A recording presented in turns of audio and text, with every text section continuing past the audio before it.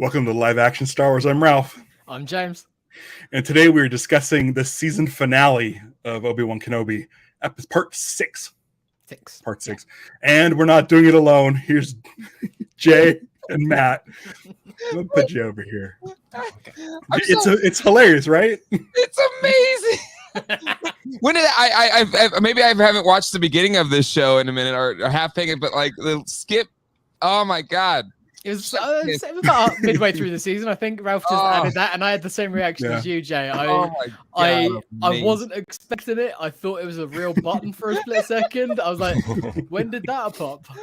It's a graphic. It was like, I think it was like 3 episodes ago. I'm sitting there watching Obi-Wan, and the intro of Obi-Wan's like 10 seconds long. Yeah, I'm like, who the fuck needs a skip intro? They need a ban of skip intros, and I'm like, you know what? I want to skip intro. So, but the beauty of yours is it's non-functional. So even if people go there, you're like, no. It's just gonna pause people's video if they're pressing it. It's brilliant. Yeah. Now you gotta wait longer. We gotta say hi to some people. Sarah's here. Jeremy's here. Nick Dillinger is here as well. And also joining us, I think for the first time live, is my friend Tristan. Morning, Tristan. Afternoon, Tristan. He's in the UK, so it's the afternoon for him. That's good to see. I'm glad. By the way, you have no idea. You have no idea. He said the thing. Yeah. I thought it was fun. I thought it was a good usage. I'm glad that they saved it for the end. It was perfect. It was just enough. They were so close to not doing it. They were so close. Such a curmudgeon. I had forgotten about it. About it. So then when it happened, I was just like, "You did that thing, yes, yes, yeah." I loved it. And again, I don't need to see the whole conversation. I don't. Exactly. They shouldn't have like a full dialogue or anything. It's just that, hey, I got a toy for you. Here you go. Yep.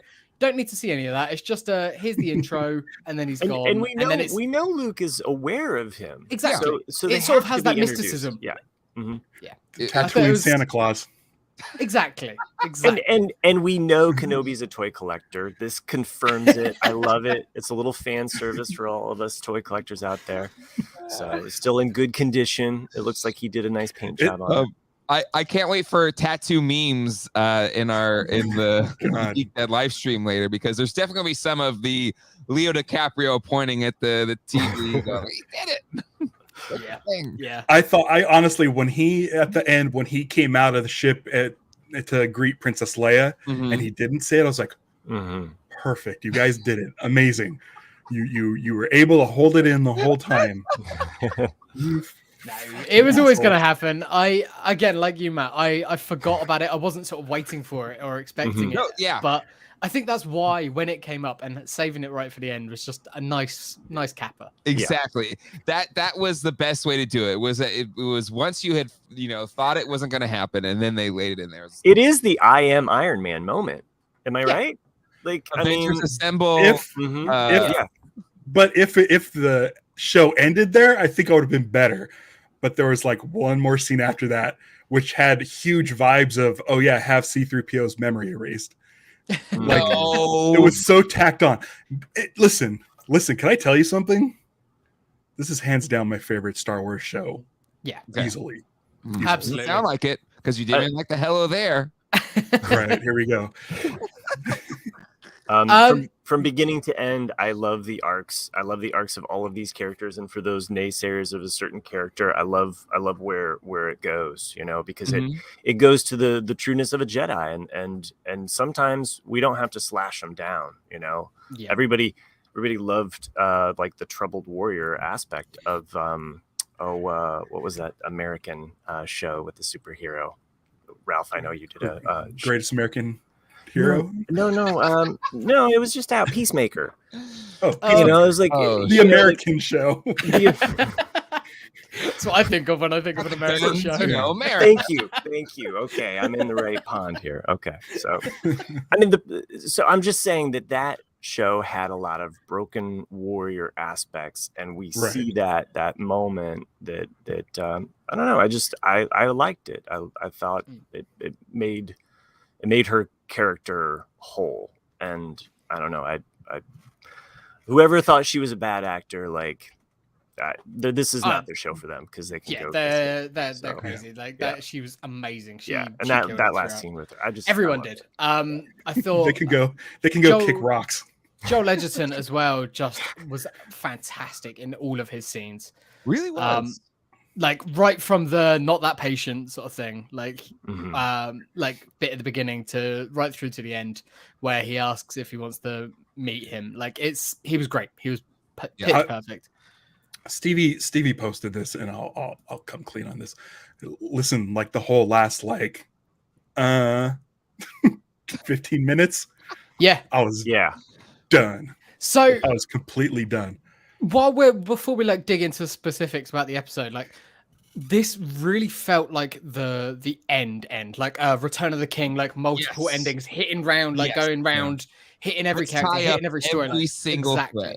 Like and the fact that on Disney Plus it said like the brief description was the event series finale sort of thing. Like it was like, please no season 2. I don't want it. I don't need it.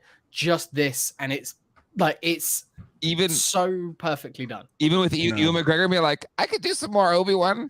I mean, well, he said the character, I think. Yeah, the character. I am totally down with that. Like, exactly. And Jay, we've talked about it on this show that we do together. I don't know if anybody else knows about that show, but Geek Dad Live too. I'm on there too sometimes. But we talked about that aspect of like, if Star Wars would have just done the Star Wars TV show and we could just peek back in. I mean, I love this as an event series, but if I see Kenobi pop up in like another series, or if they did a Vader series, like I would not. I think mind a Vader series would be good. Some of these actors reappear again. You know, other Inquisitors, even if it's a Reva spinoff or something, whatever she does, if she has to get some advice from him at some point, that's all fine. I have no problem with him popping up again. I don't want season 2 of Obi-Wan Kenobi. Right. I think that's specific. I have a suggestion. Because I'm kind of sick of this time frame. Right. We've seen it. You get more of it in a couple of months, mate. I know, and I don't need to. But episode 10, Rey, Force Ghost Kenobi. That's fine. Moving in the future, but he could be like. I feel like with the Force Ghost, it can be whatever. Yeah, with Grogu. Oh yeah. I feel like bring in Ewan, even though we have seen him as an old Force Ghost. Yeah, I'm sure Force Ghosts can do whatever they want. Exactly, they get to choose. They get to be their best selves. Like we saw, Hayden went back. They changed that, and I kind of every time I watch Jedi now, I'm just like, yeah, I think fits better with it being Hayden Christensen. Like that's what I did. That's what I said when we watched episode 3. Yeah, I've come around with it completely. Vader's such an asshole that I don't want old Vader to be able to live happy. I want the young, idealistic, young Jedi to. When he was in his prime. Episode, and this episode solidified that this is not Anakin Skywalker anymore. No, he's dead. Anakin Skywalker is dead. Yeah. Oh, it's so good. Yeah. Yeah, again, like Tristan's hitting all the points that I've got notes for. And it's the same thing. Like when he says that you didn't kill Anakin, you didn't do that. I killed him. Like he was dead before I got to Mustafar, sort of thing. It was cool that we got that line. And I thought it was great.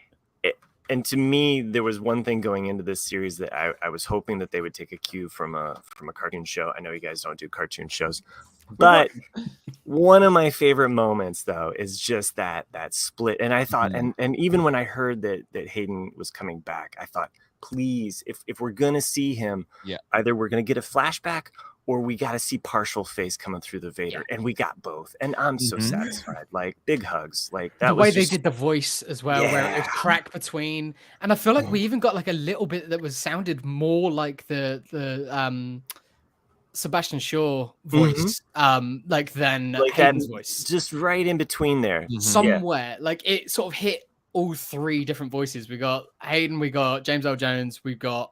Like the raspiness, it was great. I love the Vader getting the shit beat out of him sound. Where it's like, Yeah. Oh, yeah. It's just- That the And breathing. that harkens back to Jedi. It Like, does. I mean, It's the we exact hear those sound. noises. It's But like Obi-Wan just hitting the voice box in the center. Oh yeah, Oh, my yeah. God. Hammering Oh, it. so- Not trying to just pierce, not trying to find stab the him. weak- He's just breaking. It's like a video game. You find the weak spot in the character and you Yes. just hit that one The spot. fight. I've been going back through Jedi Fallen Order because it's come up a few times when we've been talking about this. And I played it for the first Yeah, time. you've been playing it for the first time, which is cool because I want to do like a data link episode about it. Mm. And Yeah, we will. I think like the fight felt to me like a video game where it's like he's parrying when he can parry, but when Vader's coming in with a heavy attack, he's like hitting that dodge button and rolling out of the way. Like But Vader, in his mind, Vader's glowing red to him at that point, and he's just evading. what's great is it doesn't look like a video game. It's not shot like a video game like Yeah. Episode 3 was. Mhm. I loved this lightsaber duel. I thought it was great. It was good. Like early on, before they get sort of into the canyon bit of it, I thought there's going to be a little bit too much handheld here for Ralph, but Mhm. they pulled back once they were obscured by like the geography of it. Like they sort of slowed down the camera movement. Yeah. Which I Yeah, thought was a nice parallel. And I loved there was just a lot of moments like that too, and just like Obi-Wan's defensive style, because there's a few times where he's just like putting the saber out, you know, similar to what the final battle between that that jab forward. Yeah. And DTG. But go ahead, Ralph. I was bawling. Yeah, I was bawling. As soon as Obi-Wan started tearing up, because we've never seen when at the end of Episode 3 when Anakin has the high ground, yes, and he never really cries. No. He's angry and he's mad at what Anakin's doing. Yeah. And it's this whole series where we're like, oh, now he's feeling remorse and sadness. He didn't show that on Mustafar when he left him there laying cold. No, that was I'm mad and disappointed. Now I'm just heartbroken. Yeah. So as soon as he cracks open that helmet, his eyes start welling up. Yeah. All of this weight has finally come to this moment. The lightsaber on those tears. It's like he went in for a kill shot and he got it, but like because there was a mask there, it doesn't like do the job. He's got to he's got to do one more, and he knows that like as soon as he sees his friend, his brother, like his surrogate son, he can't do it, and he knows that he's got no chance. Yeah. And Well, he's like, I think. I did want to just call out the reason why I think this lightsaber battle works so much better, and I think it's something a lot of people shit on the Disney films, but something they have done really well is the tactileness of the lightsabers, where you actually have a reflection of lightsabers in their faces and stuff like that, and I think it just adds to the the way they can act with it as well. It's not just like a little stick with like fucking tape on it to try and do it in post. No, it's a real light that is there that they can interact with, and it adds so much more tactileness to it. I mean, they were both so famous, Ewan in particular, about like back in Episode 1, like making the noises because he was sort of imagining it. Now it's almost like I don't need to imagine it. I've got a fucking lightsaber in my hand, like, and it like I can now just be in it. It's the same thing against acting against a set or the volume, probably, like as opposed to a blue or green screen. Like there's more there that you can react against. It's just, and you get it in the performances. Can I just say I'm glad we had the hello there, but I'm a little bit upset that Vader created his own high ground and didn't say I got the high ground now. When it happened, I was like, oh shit, here we go. Well, it's the second time as well that he's been the one, like in in part 3, like when he's on the mound. But like, this time he like, literally like just buried him, and he was like, it's like yeah. Again, it's you put it in there so that we as an audience know that we know that it's there, but you don't need to call it out. The one drawback is from just talking to Ralph over the last several times we've recorded, is that you put this little thing in my ear, and then there was this moment where I thought, oh, this would be so great if we heard Qui-Gon's voice right here when he's buried at the bottom. I was like, buried. I was like, oh. And so I was like, Ralph, you ruined it for me, man. I wanted the rise. But what's great is two things. First of all, I'm glad that it went beyond him being buried and there was a little more fight. I'm like, oh great, there's gonna be more fight. Yeah. I was like, I thought Vader was gonna leave him there for dead, but all that stuff we got after with the cracked helmet and stuff was amazing. But what I liked about it was what got him back into the Force was protecting Luke and Leia. Yes. That was And really I feel powerful. like that was the emotion there. Yes. Yep.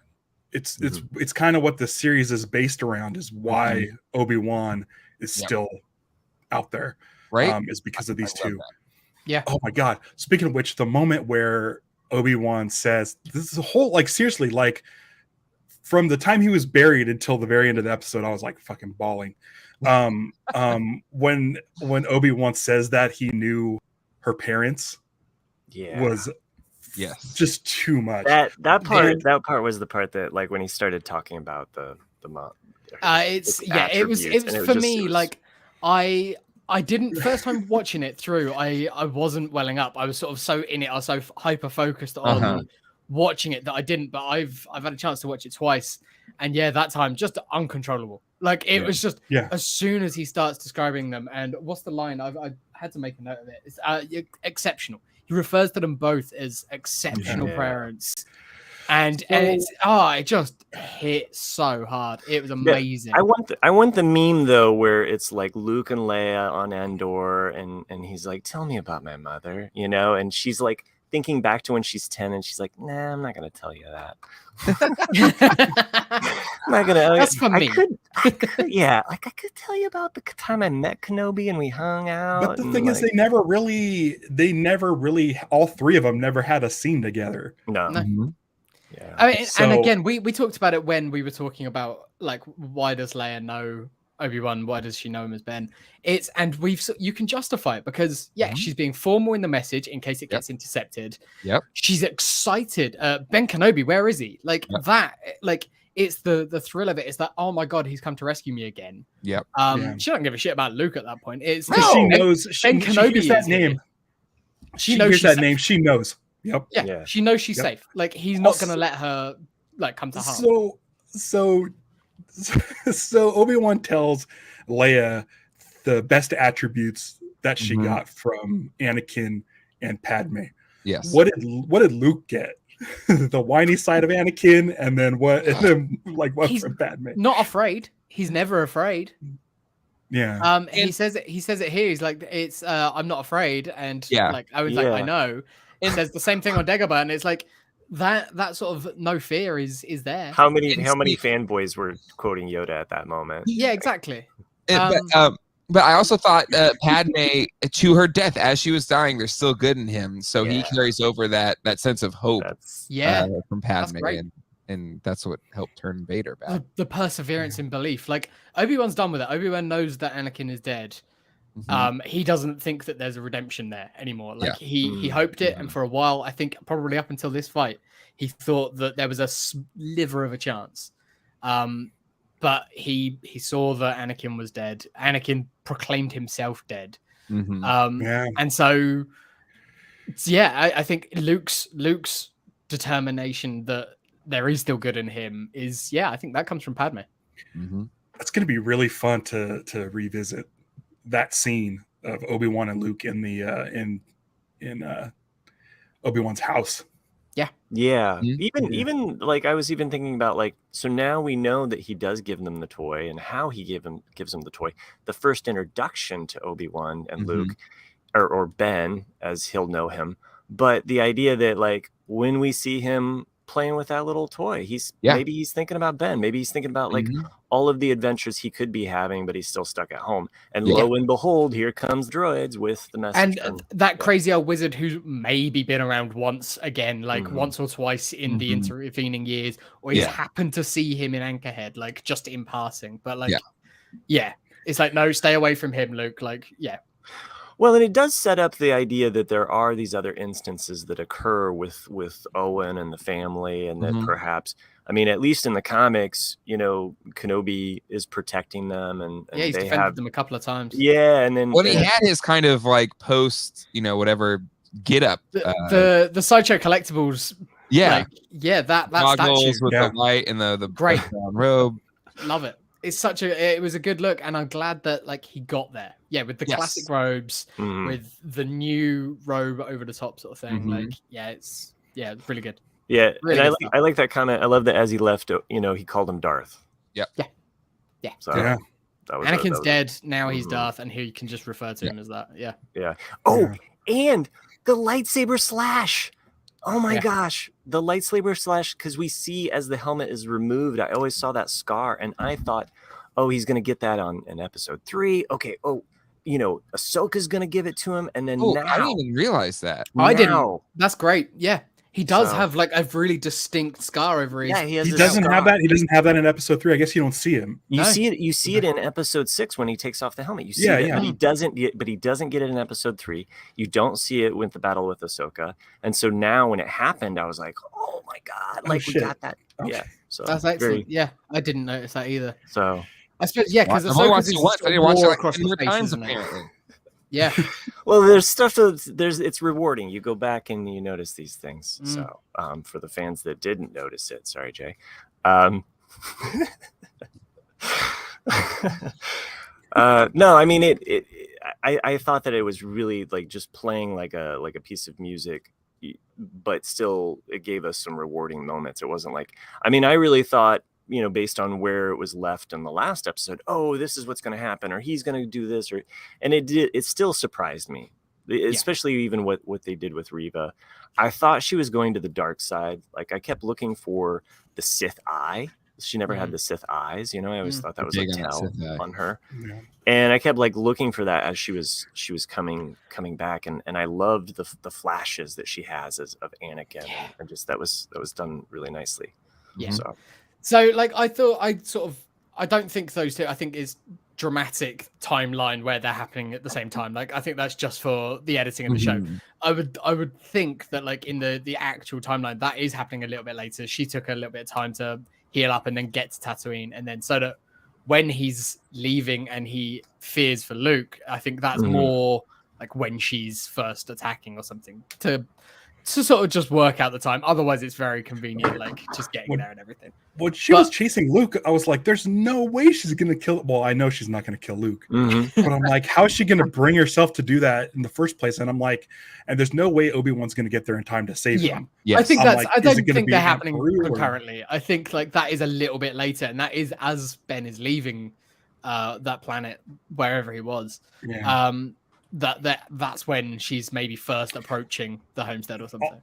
Also, here in the States, they had the opening again saying there's disturbing stuff in this fictitious story.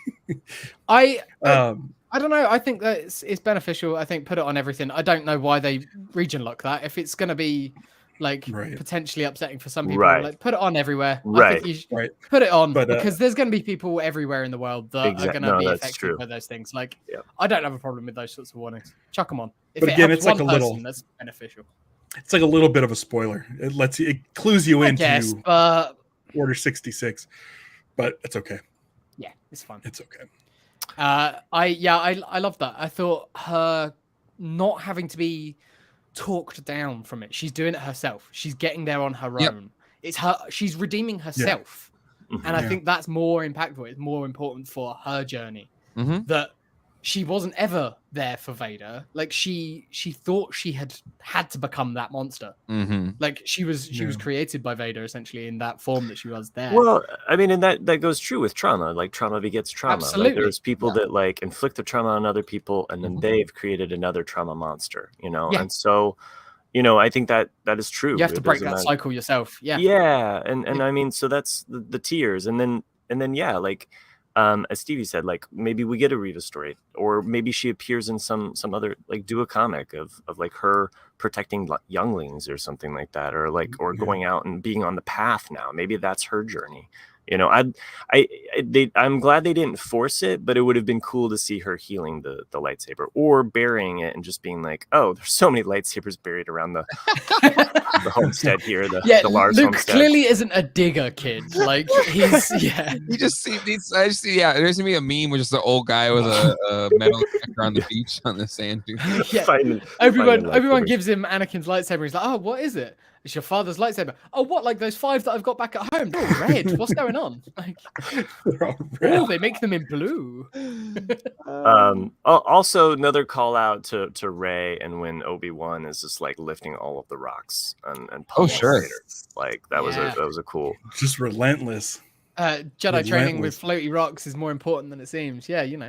Well, but there was that's how I thought the break in the helmet was going to happen, because there's a few times it went like straight for his head, and I was like, that's how it's going to crack open. But, you know, I like how they did it.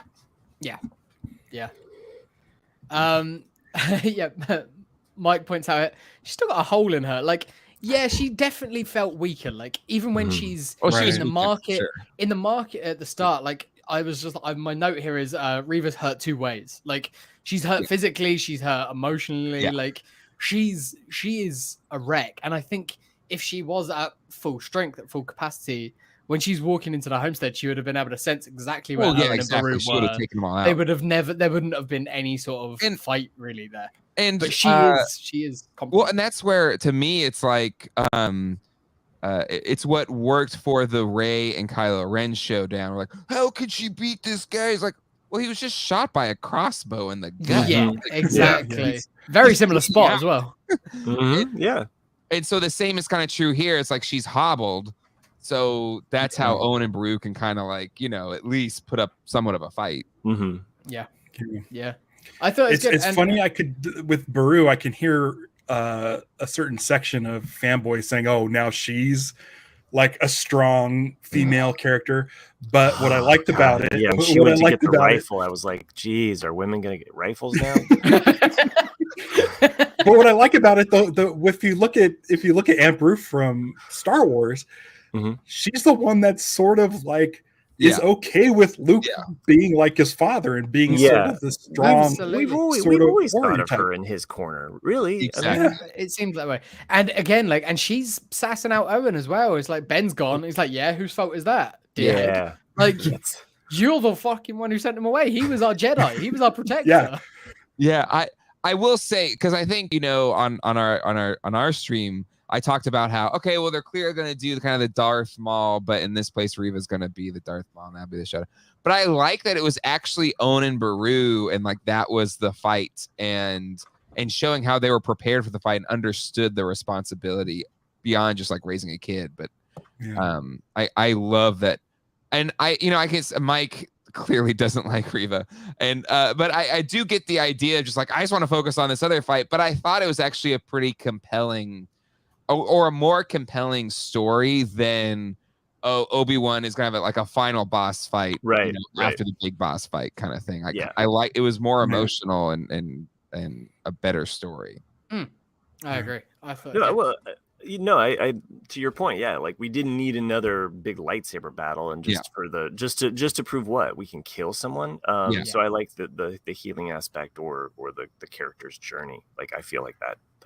And it tied in. I love that it just tied into the Jedi choose mercy or whatever, and it just throughout it just kind of showed the difference between the Sith and the Jedi, and her sort of saying, like, what do I do now? She's lost again, and Obi-Wan's like, well, you're free. I'm free. We're all free. We can choose what we do next. I thought he was going to give her the ship. I thought he was going to give her the ship. I thought that because, I mean, he has no recollection of owning a droid. So at that point, I thought, oh, okay, Lola's going to be her droid now, and that she was going to have that ship and she was going to go off and do her own thing. But no, I like the fact that it's like she never finished her Jedi training. She had very little. Sure, she's got some sort of Force ability, but she's not a Jedi. So it's not like, go be a Jedi, go help people. It's like, choose your own path. Do your own thing.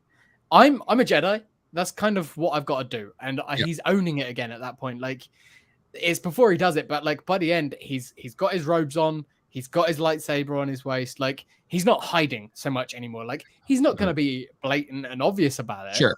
But he's not really hiding the fact of who he is. And I think that's more to himself than anyone else. Like, he's not hiding from himself. Whereas at the beginning, like, everything about it, he was just like, nope, I'm not a Jedi. I'm not a Jedi. Yeah, that's true. No, that is, it's about owning yourself for who you are. Absolutely. So, even if it's like, okay, I'm not gonna be flashing this stuff around, but like, I'm not gonna. If someone sort of said, "Is that a lightsaber? Are you a Jedi?" He'd be like, "Yeah, all right, shush, but yes, I am." The one thought that came to mind about the Owen and Beru fight scene or what have you is that I think through the series, like we see two families, and I do like the fact that Owen is just like, he's my son, like he's laid, it's like, no, that's his. And and for adoptive parents, like you're seeing two families doing whatever they can for their children, and it's just beautiful. It's a beautiful thing. I mean, we know that they're safe, we know that they're okay, and it'll end up all right, but to see them kind of go through that journey, or to like say, like, what would you do for your child, like whether it's yours or not. I mean, like, they've chosen this life, those are their children. So it's just a beautiful nod to like, I think that adopted those family parents. dynamics. Yeah, definitely. It's just as valid as birth. Like, it's as many as messed up relationships that we have in Star Wars, you can have these positive ones, right? Like that, like how lucky is Luke and Leia that they've both got two parents that love them. Like, they are like the only kids really that have two loving parents on either side. Right. It's ridiculous that it takes that. Otherwise, everyone else is either stolen from their kid in the temple, or there's Lando and Janna. So right, she's not his daughter. Wasn't that a big theory? It was a theory, but like, she is not his daughter. His daughter's already taken by that point. That is in the Shadows of the Sith book that comes out next week. Okay. Adam Fraser has already read, and we're going to be doing an episode once I've read it. Very cool. No, Janna it's confirmed. Janna, his daughter has been named, and it's not her. Oh, okay. Now I'm curious as to what. I am. I can't wait to read that book. It's like, it's so obvious. It's like Landina. Ray Calrissian. Mando. No, that's already taken. Landina. So let me ask you a question. The guy that sort of gets approached by Reva in the first scene. Kitster? No? Yes? No? No, I think at this point Kitster is off with Wold, like fighting the good fight. Oh, come on, I sent you that panel from the comic. You liked it. I know. You posted it on our Instagram. Do you think Roken will appear in Andor? Is this going to be a transitional He's character? got to pop up somewhere. Like, it's his quote here of the I'm just getting started. Like, he's either in Andor or in Jedi Survivor, the sequel to Jedi Fallen Order, because that's set the same time frame as this show. So whether it be a little bit before or a little bit after, I feel like he's popping up in that. But yeah, that dude is a rebel leader, like straight away. Like, he's right there, and Leia's not going to forget about him. Like, when the Rebel Alliance starts coming together, he's going to be one of those people that she goes to. Okay, can I look? So, like, speaking of people showing up in other shows, my whole thing with unnecessary cameos just to show cameos. It kind of drives me a little bit bonkers. Only one cameo in this episode and served the story, and I loved it. And that's Emperor Palpatine. Cheevy, baby. Palpatine shows up. Yeah. So producer Ryan, who produced our old show, the Dharma Lars, sent me a text like, so what, Vader's like just not gonna go after Obi-Wan for the next 8 years? And I'm like, I don't know, it hasn't been said yet, and this is the reason why. Yeah, absolutely. He's basically told back the fuck off. Like, he's told not to. And I mean, even the Grand Inquisitor at the start is like, he's not important right now. We can take out that entire cell, essentially. That all of those people are dangerous. Everyone on that ship is dangerous to us. And I'm sure the Inquisitor talked to the Emperor and said, "Hey, listen, your guy over here is going after this Jedi instead of this like rebellion." The Emperor basically ordered like Deus Ex Machina, like he called up. He's like, "Order Deus Ex." Okay, sorry. But I like how subtle he was too. Like, it was such a Palpatine way of saying it instead of just like manipulation. What the fuck is wrong with you? Yeah, an idiot. I love Palpatine. Yeah, you're sitting in your lap. And he's twiddling as well. Yeah, like, his hands are just twiddling. He's so good. Yeah, he's so good. It's straight up. It's Saturday morning cereal. Like, he's the one guy that gets it. He's so much better in hologram form. He is. Every time the Emperor is a hologram, it's better than when he's in person. I also like the Emperor as Lego form. Any Lego Emperor I'm down with. So. Oh, that new trailer that dropped yesterday was fantastic. So we're gonna talk about the Qui-Gon of it all, or the beard of the Qui-Gon of it all. The bearded. It was fine. It was fine. The thing is, it left us in the same spot that Revenge of the Sith left us, where it's like, I'm able to talk to Qui-Gon through, even though he's dead, and go look into that. And this was, hey, I'm Qui-Gon, I'm dead. Let's go look into this. Like it left you in the exact same spot, which is fine. The show, if you want to talk about it like that, this entire show does that. So it's just like, it's one of those things that it's like it's not about the destination, it's the journey, isn't it? It's the friends we made along the way. But this was Obi-Wan gets his groove back, the show. It was, yes. And he's now, and as Qui-Gon says, I thought it was really good. It's like, I've been here the whole time, dude. Like, you just weren't ready to see me. You weren't ready. And I think we all thought that he was going, just some weird things in that case. That Jawa. Tika. I've seen the Satine doll, and I don't approve. Oh god. Oh man. He's got a weird Mando helmet. Twilight. Some people have a sock. He's got a Mando helmet. Yeah. I don't know where we go from there, but yeah, the Force Ghost. It was okay. It did its job. It wasn't as satisfying to me as the Hello There. The Hello There was just like cherry on top, perfect. Loved it. But do you think would you have enjoyed this more if it was a post-credit scene? If they ended on the Hello There, and then I like that Star Wars stays away from post-credit scenes. You get into post-credit scenes, you're getting into some this, no, just leave that to Marvel. Yeah.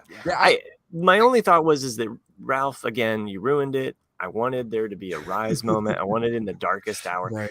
I understand. Maybe that he was there the whole time. What's great is what we got after that. Sand or something. So what we got after that though was my favorite scene in the series, which is Anakin and Obi-Wan with the cracked mask. So I'm like, they needed to have it in there, but where to put it, I think they didn't quite know. But I think it worked because it's just like that is like the last piece. It was kind of like, oh, I guess he's not going to be here. And I thought Liam Neeson, who played it very like, oh, I'm not going to. I wouldn't cheapen myself with a TV show. But they also, this was aired in certain movie theaters, right? They did an event where this was shown in some screens. So that's what he said. He said, I'm not coming back unless it's big screen. So there you go. That's his workaround. But I thought he was like right back into the role. Like I was like, I don't know. I mean, Liam Neeson, when he like show up and like just like in a green screen in fucking Ireland or something. Like But it worked. Like he seemed in character. I was just like, oh, there's fucking Qui-Gon. Awesome. Yep. I thought my only gripe was the beard didn't look quite right, but whatever. It doesn't matter. It should have saved the Hello There for Qui-Gon, and the Eope should have farted and then Iris out, directed by Deborah Chow. And then Qui-Gon fades away and it's actually just Jar Jar stood in the desert. He winks. He winks as Iris is out. Hello, it was friendo. Me the whole time. He takes off the mask. So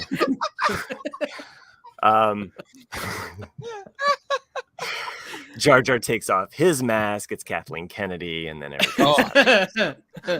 Anyway, and it just Iris is out on her face. No, I think Deborah Chow did a great job with this entire season. I mean, like, I'm happy about the whole arc. I like each moment, and yeah, there were some episodes slower. I like the slow pacing of the first episodes compared to this, and I'm satisfied with the battle. So and also Aaron Stanton did some he's been credited in the last Andrew Stanton, sorry. He was credited on the last couple of episodes, and I thought, oh, interesting. Like it fits. I think that you can sort of see some of that DNA in there as well, which is it's interesting to see. I'd like John to see Carter DNA. Yeah, I mean, yeah. It has that classic serial feel to it. Absolutely. I'm on board with that. Yeah. I'd like to see him work on some more Star Wars. That'd be very cool. Very cool. But like, let's get beyond Episode 9, or High Republic. Something that's outside of this chunk. Mm-hmm. And I'm fine with Andor. Andor's already we're there, super excited about Andor already, and I'm really excited about that, especially from that trailer. I was hyped beforehand because I do like Rebellion stuff, but I think after seeing that trailer, I'm even more excited for it. But yeah, I know what you mean. Like I'd love to see High Republic, but I get enough of that in the books, so I don't need to see that.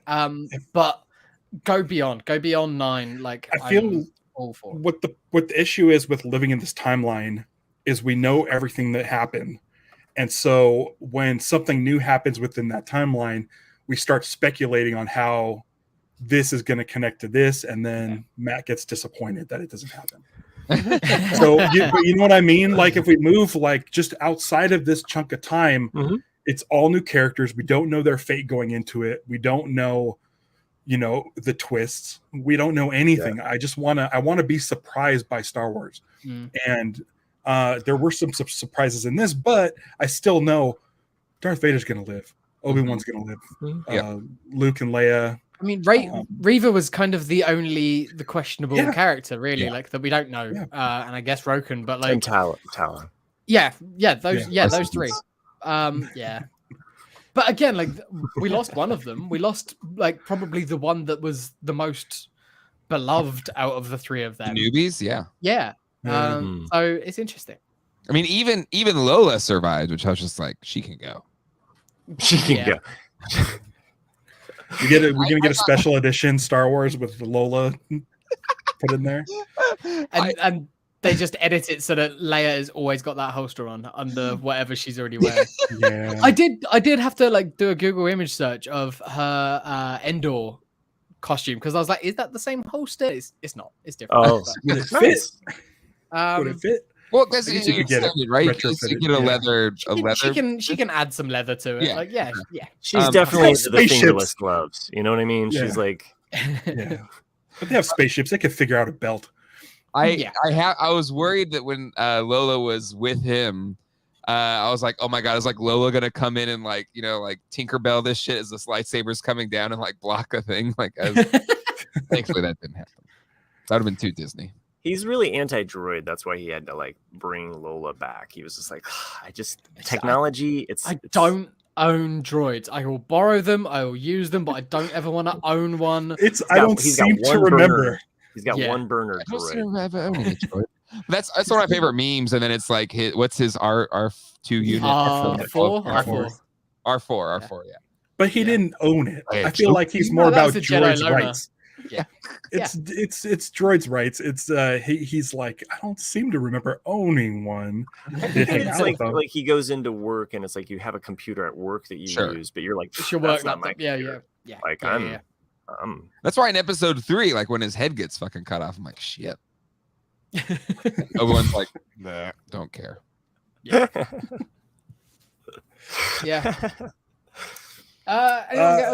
Anything else? I'm just looking through my notes. I'm pretty good. I'm good with chatting for it. I know Jay has to get going. I was gonna say one other thing. If you're enjoying Obi-Wan Anakin and you want some more Obi-Wan Anakin, there's a audiobook that came out, or book if you want to read that, Brotherhood, which is cool because I've been enjoying it. Dude, go back and through our channel on YouTube. You'll see my review of it. I loved it. It's not my review, if you're wondering. No, but you have said I thought James might be a book guy. So yeah. So you're saying Ralph and I are not book people? I'm saying that about Ralph, 100%. I just figured that you hadn't gotten around to it. So for anybody else that wants more Obi-Wan and Anakin, I like that time period. It takes place right after Attack of the Clones. It's a really nice compliment to this series as well. Yeah. So anyway, just thought I'd give a shout out to that. And I know Ralph put it up there, but Geek Dad Life 2, we're going to talk more about this. Yeah, Jay's got to get going. He's got a meeting to. I got to take my wife to the airport. But yes, later on today, Ralph and Matt and I James, I guess you're welcome to join too. I hate to lie. I would love to. I'll be at work, but yeah, I mean, I might jump into the comments or something. But it is weird, like, because here's the thing: like, ever since I've been covering these TV shows, like even back on Patreon before live action Star Wars, like I've always had Jay on every season, and I'm like, well, I need to have you on, but it's like, we're just gonna talk about it again tonight. But there's more to talk about. There is more. There's always gonna be more. Tattoo memes. And I'm gonna create one for. This is gonna be a spoiler. I'm gonna create one for you. It's gonna be Luke's land speeder with a bumper sticker that says "No fear." But thank you for having me. Live action Star Wars. If you haven't done it yet, anybody that's watching this right now, hit that like button. And especially because there is more live action Star Wars to come, you should hit that subscribe button and that bell icon. Right. And I think at least we're going to get you on this channel at least once in the next couple of weeks, possibly, because I'm going to be out of town for a little while. So, I'm sure that you'll be drafted in. I still don't know what I'm going to do over the next couple of weeks. I'm thinking next week I might just do a lightsaber review. Cool. So I can have a little bit of a break. God damn it. No, I just haven't covered this Mace Windu lightsaber yet, and I think now's a good time to do it. And this I also haven't done this one that you can just stop it. I have one, and I just need to catch up. But I got that Obi-Wan one on pre-order. 111. You got that Obi-Wan. Got that Obi-Wan one. All right. Anyways, Stevie, you're the Apple I care about the most, and Matt, thanks. Ralph, I'll see you later. James, take care, buddy. Thanks for coming, man. Yeah, so me and Matt and Jay are going to be on tonight, and I'll try to have a drawing too. So anything I have to say about Jay while we're here? Jay's a good guy. I don't need to. Yeah, no. Yeah. Why? Like, if we're gonna say nice things about him, we should do it when he's not here. Right. So if we're gonna say nice things, I like that twist. There's a little bit of a ceremony that needs to happen right now, guys. There's something. And if you're ready for this is the first time I've been on the show, so I didn't know there was a ceremony on the show. I mean, I've been on the show for every episode. I didn't know there was a ceremony. It happened at the end of the Book of Boba Fett, and it's happening right now as we speak. There we are. Yeah, we're back into the regular live action Star Wars colors. Cool. Back to the blue. Blue and yellow. It feels weird. It's been a little while. Well, it's been 5 weeks. But what's weird is the show has only been left 5 weeks. It's been just over a month. You just get so used to it so quick. It's funny because like I haven't touched my beard since our first Kenobi episode, where I got like my hair completely shaved and I went back and I saw our first episode of Kenobi and I look super nice and groomed and slick and perfect because I was going to Celebration and stuff. And now I look at it. This is my Kenobi beard. I got a haircut before our first episode of this. It's weird, isn't it? We dress up nice for the premiere. I just kind of let it go. I'm not wearing it right now. This isn't my blue shirt that I got from you, Ralph. But shout out to Ralph who had the Mandalorian in the old Kenner style logo. Yeah, awesome. I bought several of those shirts. It seems to be my standby.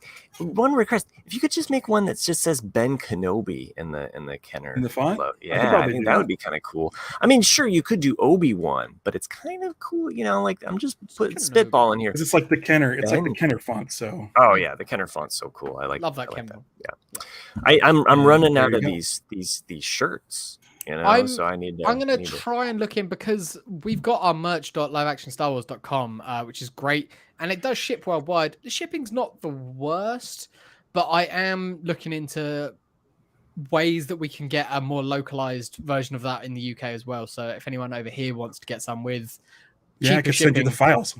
Then so we'll try and get something set up UK side as well, which would hopefully make it a bit cheaper for the UK, specifically Europe as well, maybe. But shipping at the moment, it's more the import fee that will get tacked on at the end. The shipping cost itself from the website is fine.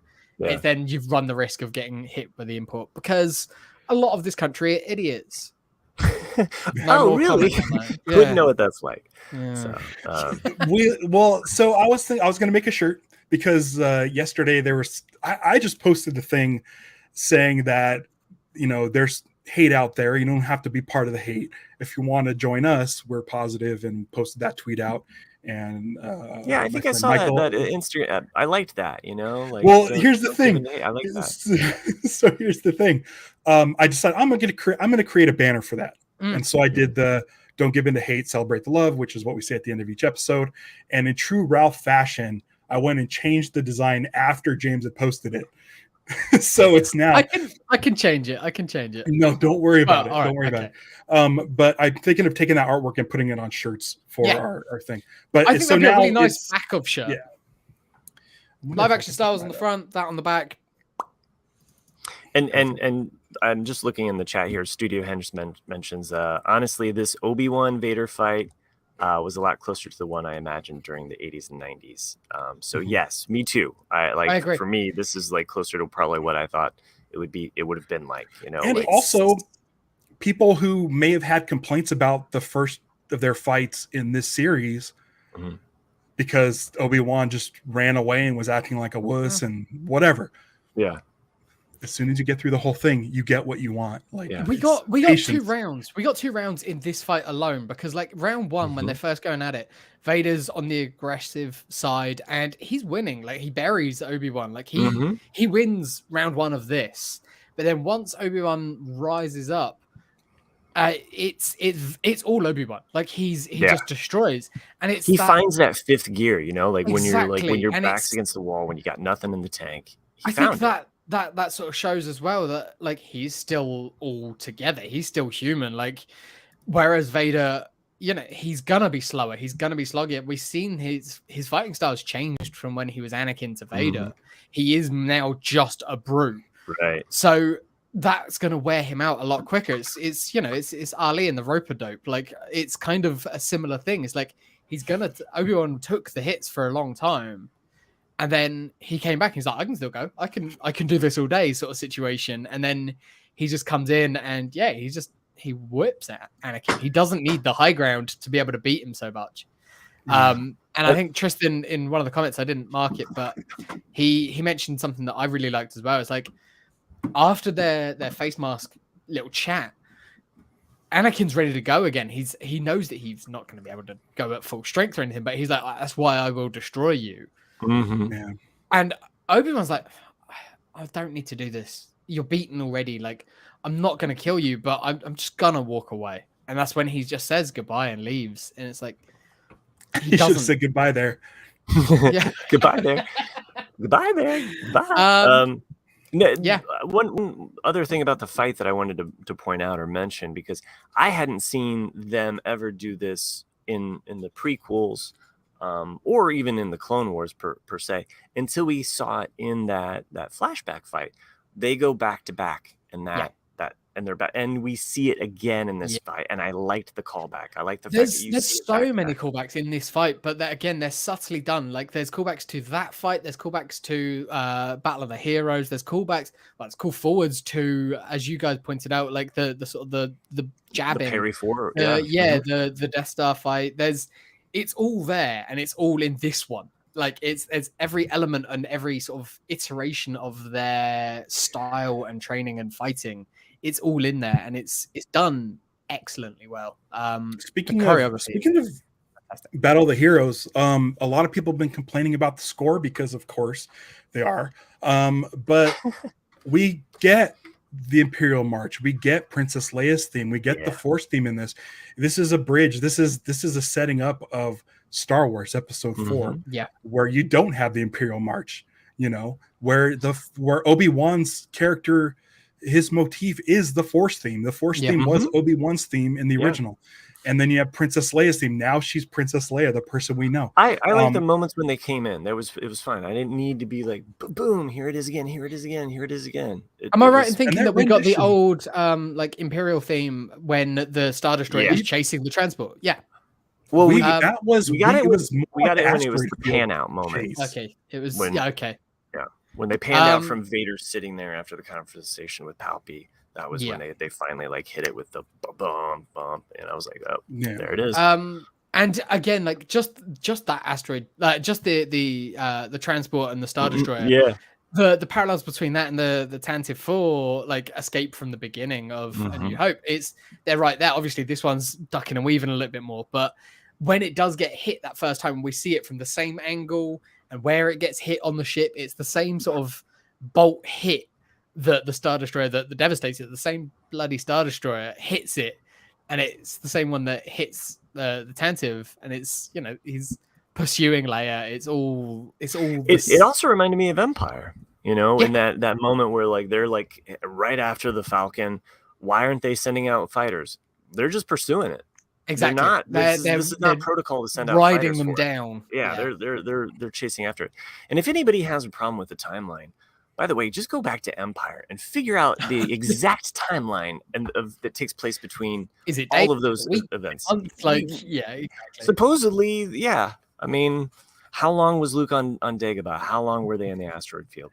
And marry up that time in your mind. Yeah, because I think this show does a little bit better job of at least setting up the fact that I knew, okay, this took some time. There's some this is not going to quite line up beat for beat. There's going to be but you can use in the same way that they did with Empire. If you want to look at it that way, it's like the editing is for dramatic purposes. It's more dramatic to see both things happening in parallel than it is to go, all of this happened in while lifetime. Reva was wrapping herself up and healing and then going to Tatooine. It's like that probably took a little bit longer than Obi-Wan, which was immediate because they are escaping. Yeah. In the same way that, you know, like the Falcon was like going on sublight drives to Bespin took probably a lot longer than Luke getting to Dagobah and training for a couple of weeks or whatever you want to say. Yeah. So yeah, it's all there. It's just, you know, it's a movie. You're not getting the full Ken Burns documentary. Yeah. I'm not good at this. So this is the one I sent you. Yeah. And it's good, but I felt like it could be a little bit hard to read. So this was the updated version. I like it. So what I might do is I might toss this up on a shirt without the where it says liveactionstarwars.com. I'll get rid of that, but I might post that up there. Definitely. I'd love it. But, I'd love that as a shirt. Just a couple of little things before we wrap up, because I do have to go to work in a minute. I loved seeing just that wide shot of the Star Destroyer turning. It's just a cool shot, just beautiful. It was just really, really nice. There was a ship in the background on Alderaan on the landing platform that I recognized because it's in Outer Rim, the board game. So I was like, oh, it's that ship. And it's also, it was in Rebels. It was in Clone Wars as well. Sergeant Ventress had one. Ketsu Ono or Onyo, who was Sabine's friend. Oh, yeah. She had one of those. And it is a Lancer class pursuit craft. I was like, oh, cool. Nice little like animated series and board game ship thrown in the background. Not essential, but just a nice little visual nod for those who are paying attention to it. Cool little things like that. I always like seeing them. I think, though, that is most of my notes. The fact that Luke didn't see the lightsaber or her using the Force is very important. He was right there. They said it was going to be Tuskens attacking. So as far as he's aware, this is just some badass Tusken warrior who, you know, we've seen badass Tusken warriors. And yeah, the lightsaber is ignited, but he's already up the ladder when she busts through into the garage. So to see that is very cool. And the fact that they were paying attention and showed, like, the editing was done well enough that it's like, no, clearly he was up the ladder, not turning around looking and saying, what's that red thing? And then when she sort of uses the Force to drag him down, it knocks him out. And so he doesn't see it afterwards. Like that. I thought that paid off. My only fear was Luke seeing the Force or a lightsaber. All right. I did do just a quick drawing. This is just, I did it in like a minute, but this is my representation of how Obi-Wan's eyes looked in that fight. So that's I think how all of our eyes looked by the end of the episode. How do you do that? How do you keep them sitting up like that? What? Just- I just put it right. No, I just mean as far as like your tears as an actor. Oh, I don't know, but like was that's just how like- that's how it felt like to me. It was just like his eyes were Mm-hmm. anime eyes at that moment. They were just like, Absolutely. and they were just like filled with tears and like the reflection. It was beautiful. So, of that moment. That's it. So yeah, It was head good over to- meeting you, James. This was our Thank introductory. you for coming, like, Matt. Yeah. It was awesome. Yeah. Matt I've always been is a on big, a big fan show- of the name Owen and Beru's Barbecue. I think it's just one of Yeah. the best names. In all of Hopefully, we'll Star record at Wars. some point in the future. Maybe not. Depends on timing and things. But I'm always happy to be talking Star Wars to anyone, especially Ralph. And, We'll have to have you back on. Nice to meet you, James. Timing and things. I know. I know. You know. It's a good show. I like it when it shows up. And you could also catch Matt on at Geek Dad Life 2. Just go to geekdadlife.com. Listen, Jay's probably not watching this, but he really just needs to take this URL and have it pointed to his YouTube channel because his site has been ignored for far too long. But if you go to Geek Dad Life on YouTube, you'll see under the featured channels, Geek Dad Life 2, and that's where you have been covering the Obi-Wan series with Jay. And because I like the show so much, I don't mind talking about it twice in a day. So I've been showing up the last. I'm weeks looking forward to as well. talking again about this later. So yeah, I might actually watch it a second time. And Do it. which I recommend. really do. And yeah, I want to thank everybody who joined us. All the new followers. We got about, I think, 14 or 15 yesterday. I'd like to thank my friend Michael who retweeted that post about us being a positive Star Wars show. That got a lot of eyes on us. So that's cool. Spread the word, and thanks for joining us. And as far as our next show, our next episode, I'm the not next gonna 2 be here. weeks, James not going to be around.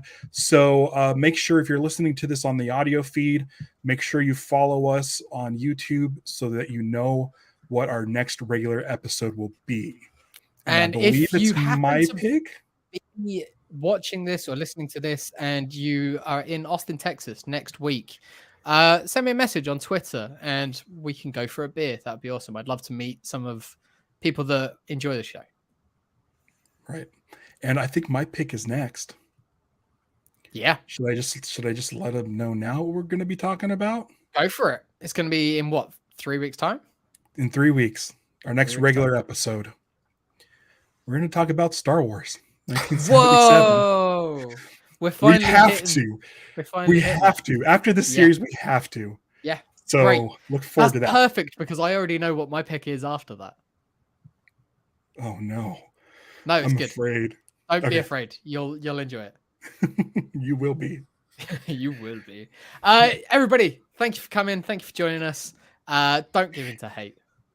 Celebrate the love. Punch it. yub nub.